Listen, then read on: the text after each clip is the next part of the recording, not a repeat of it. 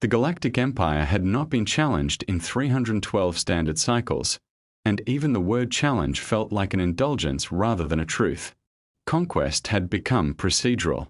Resistance was catalogued, analyzed, and dissolved with the same detached efficiency used to regulate trade routes or recalibrate orbital defenses. Empires were not built on passion, they were built on inevitability. The Great Council Chamber reflected that belief perfectly. It was a structure grown rather than built, layers of bioarchitected stone and living crystal spiraling upward into a ceiling so distant it faded into darkness. Light came not from lamps but from energy veins pulsing slowly through the walls, responding to the collective biosignatures of the species present.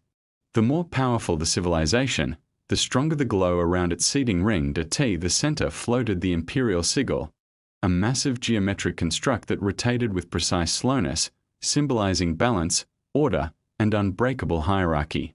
Beneath it, representatives of nearly 4,000 sentient species observed, calculated, and waited. This was not a place of debate anymore. That era had ended centuries ago. The Council no longer decided if something would happen, only how efficiently. The matter of the day was Earth. Most members of the Council regarded the name with mild disinterest. Humanity was filed under emerging civilizations, Class C, technologically competent but socially volatile, capable of producing impressive bursts of innovation followed by periods of internal collapse. They were known for paradoxes, cooperative yet combative, empathetic yet destructive, idealistic yet brutally pragmatic when threatened. The Empire had allowed them a diplomatic seat less out of respect and more out of habit. Granting observation status smoothed absorption later. The humans were expected to fracture on their own within a few centuries regardless. Empires had patience measured in millennia. When the human representative entered the chamber, there was no ripple of reaction. She walked alone and a guard followed her. No defensive drones hovered nearby. No ceremonial attire marked her as important. She wore neutral fabrics designed for comfort rather than intimidation, colored in subdued tones that blended easily with the ambient lighting. Her pace was unhurried, neither deferential nor confrontational. She moved like someone entering a familiar room rather than the most powerful political chamber in the known galaxy. Several council members noted this with mild curiosity. Others flagged it as a cultural misunderstanding. Humans often failed to grasp the symbolic language of power. She stopped at the designated position for non-core species envoys and waited an OBOW.NO proclamation to NO attempt to draw attention. The Imperial High Speaker, a massive being of layered chitin and luminescent membranes, initiated the session. Its voice resonated across the chamber without amplification, carried on harmonic frequencies that translated automatically for all present. The Empire acknowledged the arrival of Earth's representative. Formalities were observed. Protocols were recited. Historical summaries were displayed across the shared cognitive lattice. Humanity's rise from planetary conflict to limited interstellar travel unfolded in clean, compressed data streams. Wars, recoveries, breakthroughs, collapses, unity movements, fragmentation, reunification. A predictable pattern. The Empire had seen it thousands of times. What was less predictable was the human woman's expression as the summary played. She did not look impressed or defensive. She did not attempt to interject or correct the record. Her face remained composed, eyes attentive, posture relaxed but aligned. She absorbed the narrative of her species as if listening to an old story she already knew by heart. When the Imperial speaker concluded, the tone shifted subtly. The Empire expressed concern over Earth's rapid militarization, concern over unauthorized expansion beyond permitted trade corridors, concern over repeated violations of containment advisories issued for the protection of humanity and neighboring systems. The language was neutral, dispassionate, almost kind. The Empire did not threaten. It did not accuse. It simply explained consequences as one might explain gravity. The woman diplomat listened without interruption. When it was her turn to speak, she did not begin immediately. She paused, just long enough for several council members to register discomfort. Silence was unusual here. Most envoys rushed to fill it, afraid of appearing uncertain. She was not. Her voice, when she spoke, was calm and unremarkable in tone. There was no attempt at rhetorical flourish. Earth acknowledged the Empire's concerns. Earth valued peace. Earth had no intention of destabilizing the region. She used language so carefully measured it almost disappeared into itself. Some members of the Council relaxed. This was familiar. Emerging civilizations always sounded like this at first. Gratitude, assurances, willingness to cooperate. But then she asked a question. It was not confrontational. It was framed as a request for clarification. She asked how many independent species the Empire currently governed by force rather than treaty. The chamber stilled, not dramatically, but perceptibly. The question was not forbidden, but it was unnecessary. The answer was publicly available. The Empire did not hide its conquests. The Imperial speaker answered without hesitation. Thousands. The woman nodded slowly, as if confirming a calculation. She asked another question. How many of those species had once been offered protective oversight similar to what Earth was now receiving? There was a fractional pause before the answer came. Most. Still no reaction from her. No visible judgment. She asked a third question. How many of those species had voluntarily remained within the Empire once technological parity was achieved? The answer was fewer. The Council exchanged subtle signals. Data tags passed quietly between intelligence representatives. This line of questioning was unusual. Not dangerous, but inconvenient. Humans were known for asking inefficient questions. Emotional ones. Philosophical ones. The Empire responded anyway. The woman thanked them and said nothing more. No demands, no objections, no resistance. To the observers, it looked like compliance. After the session ended, internal analyses circulated rapidly. The consensus was reassuring. Earth's envoy was intelligent but ultimately constrained by her civilization's limitations. Curiosity did not equate to defiance. The questions were likely a domestic performance, gestures meant to placate Earth's internal factions resistant to integration. The recommendation was to proceed. Pressure would be applied gradually. Access limitations. Resource tariffs. Strategic restrictions framed as safety measures. Earth would adapt, as all others had. The woman diplomat returned to Earth without incident. Months passed. During that time, the Empire observed increasing human activity. Not militarily aggressive, but reorganized. Supply chains shifted. Civilian infrastructure expanded in patterns that did not align with economic projections. Communications traffic intensified, but encryption protocols remained within acceptable civilian ranges. Empire analysts flagged it as internal consolidation. Humans were prone to overreaction. Fear often drove inefficient resource allocation. The Empire adjusted containment measures slightly. Earth responded not with protest, but with silence. No appeals. No escalation. Another council session was convened. The woman returned, same attire, same posture, same calm. The Empire did not notice the first loss. That, in hindsight, was what unsettled its surviving analysts the most. No alarm sounded. No battle reports were filed. One of the outer logistics nodes simply failed to check in on its scheduled cycle. The automated systems flagged it as a routine malfunction, likely caused by long-distance signal degradation or internal error. A repair drone was dispatched along a pre-programmed route. It never arrived. Its disappearance was logged, downgraded in priority, and forgotten beneath layers of more pressing administrative traffic. Then another node went dark. Then 3. None of them were frontline installations. None carried weapons powerful enough to warrant concern.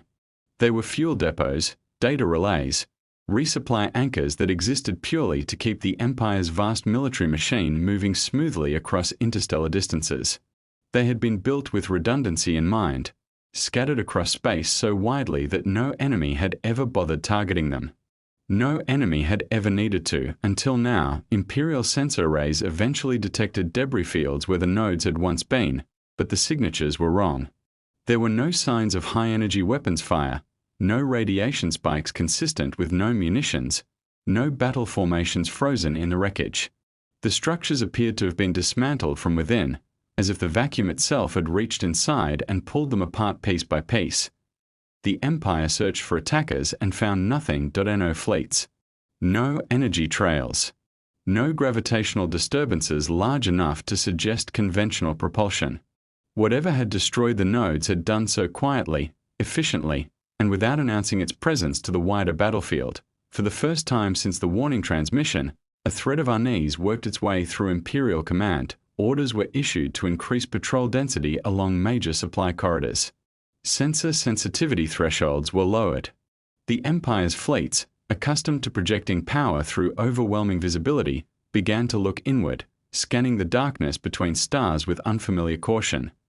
That was when the communications failures began. Entire task groups found themselves unable to contact Central Command for minutes at a time. Then hours. Then not at all. Backup systems activated as designed, only to fail in identical ways. The Empire's network architecture, optimized for efficiency rather than resilience, struggled to adapt. Information flowed along predictable routes. Humans, it turned out, had been listening to those routes for years. Long before the first strike on Earth, human observers had mapped Imperial communications not by breaking encryption, but by studying behavior. Transmission timing. Signal prioritization. The subtle patterns that emerged when a system had grown complacent through centuries of uncontested dominance. The Empire had never needed to hide its logistics. No one had ever been able to touch them. Humans did not attack the fleets. They attacked the idea that fleets could exist without support. More nodes vanished. Then shipyards. Then data archives. Entire libraries of Imperial doctrine were erased in precise pulses that left surrounding systems untouched. The Empire attempted to reroute command authority, only to discover that the alternative pathways were already compromised. Not destroyed, but altered. Human code threaded itself through Imperial systems like a parasite that had learned exactly how much damage it could cause without revealing its full presence. The first Imperial fleet was lost without ever seeing an enemy. IT ran out of fuel in deep space, far from any habitable system. Distress calls went unanswered. Life support degraded. When recovery teams finally arrived weeks later, they found ships intact, weapons cold, crews dead at their stations. No battle damage. No signs of struggle. Just silence and the unmistakable evidence of a machine that had been starved rather than slain. Panic did not spread immediately. The Empire's leadership had ruled for too long to surrender to fear at the first sign of irregularity. They reassured themselves that this was an anomaly, a coincidence, an overreaction to a minor setback. Humans were still pre-FTL in meaningful numbers, they reminded each other. Humans did not possess fleets capable of matching Imperial firepower. Humans had been struck and had not responded openly. What they failed to account for was that humans did not measure victory in destroyed ships. They measured it in removed options. As weeks passed, the Empire's civilian worlds began to feel the strain. Trade routes faltered. Automated manufacturing centers slowed without explanation. Energy shortages rippled outward from systems that had never experienced scarcity. Imperial citizens, raised on the certainty of eternal order, encountered disruption for the first time in recorded history. Rumors spread faster than official statements could contain them. Some claimed a rival empire had emerged from beyond the mapped galaxy. Others whispered of ancient machines awakening in the void. A few spoke the name of Earth, though few truly believed a single newly contacted species could be responsible for such widespread destabilization. The Empire's military council convened an emergency session. Holographic projections filled the chamber, displaying failure after failure across the Empire's infrastructure. Admirals argued over strategy. Some demanded a full-scale assault on Earth, a cleansing strike that would erase the problem at its source. Others cautioned restraint, pointing out that the Empire no longer possessed clear intelligence on human capabilities. The idea that Earth might be bait, a lure drawing the Empire into a trap, was voiced and immediately dismissed as paranoia. The argument ended when another transmission arrived. This one did not come alone. Across hundreds of Imperial systems, displays activated simultaneously. Not hacked, not overridden, but accessed through permissions the Empire did not realize it had left exposed. The message was identical everywhere, translated perfectly into every imperial language. Again, there were no faces. Again, the voices were calm. The humans did not threaten. They did not boast. They did not demand surrender. They spoke as if delivering a report. They listed the imperial supply nodes that had been destroyed in the order they had fallen. They described the Empire's communications architecture with unsettling accuracy, highlighting redundancies that no longer existed. They identified fleet groups currently stranded beyond resupply range, their estimated survival times calculated down to the hour. Then the voices paused. "You taught us your rules," they said. "We learned how to break them." The message ended. Chaos followed. Imperial commanders scrambled to secure their systems, only to find that many of the tools they relied upon were compromised or unavailable. Fleets were ordered to regroup, but regrouping required fuel, coordination, and trust in communications that no longer functioned reliably. Attempts to launch a direct assault on Earth stalled before they began, not because of human defenses, but because the Empire could no longer guarantee that its ships would arrive where they were sent. The humans still did not appear. There were no triumphant broadcasts, no footage of battles, no visible armadas advancing across the stars. The absence itself became a weapon. Every unexplained malfunction, every delayed report, every missing shipment carried the unspoken implication that humans might be responsible, or worse, that they were watching. Within Imperial space, military discipline began to erode. Crews questioned orders that sent them beyond established supply lines. Captains hesitated to engage unknown contacts.